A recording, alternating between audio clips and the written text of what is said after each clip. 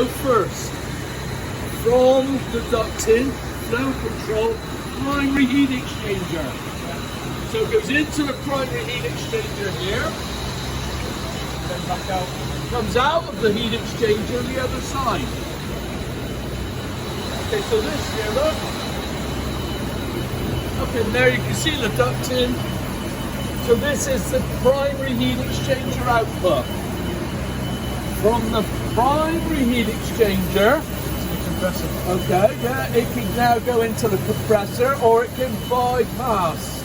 Yeah, it's in heat exchanger. Yeah, well, so through the compressor or bypass it through the check valve if the compressor is stationary. So let's assume the compressor is working.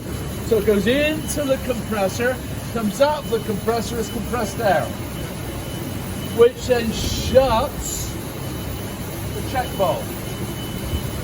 From the compressor it now goes into the secondary heat exchanger. Yeah. So it goes in at the bottom, through the heat exchanger, and comes out here. And there's one of those sensors, look, so we can look at